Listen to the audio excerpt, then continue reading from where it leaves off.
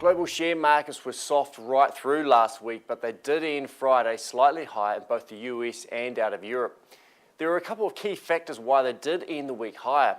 The first was the agreed ceasefire out of Libya, although of course there have been some further developments over the weekend.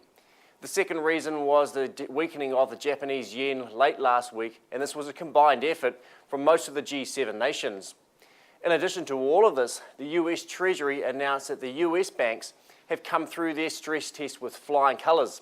This is a good sign of confidence given the uncertainty we have been seeing around the world over the past few weeks. Off the back of this, the Kiwi dollar has strengthened slightly and on Monday morning is trading just over 73 cents against the US dollar. New Zealand farmer confidence seems to be pretty good at the moment, and there's no better way to judge this than to see it firsthand on the ground.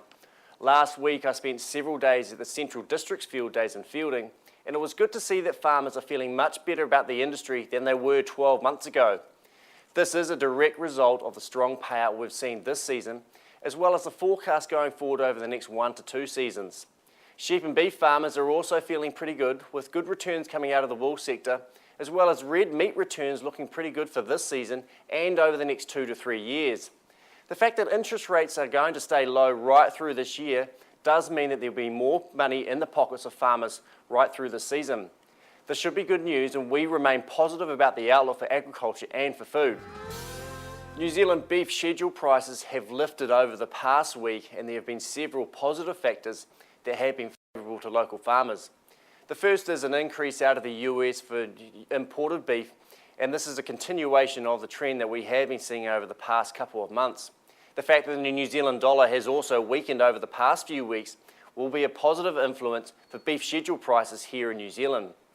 Most of the focus at the moment is concentrated on the Japanese market, given that Japan is a major importer of New Zealand, Australian and US beef supplies. The key dynamic to watch will be what will happen, and this will also impact on the international market.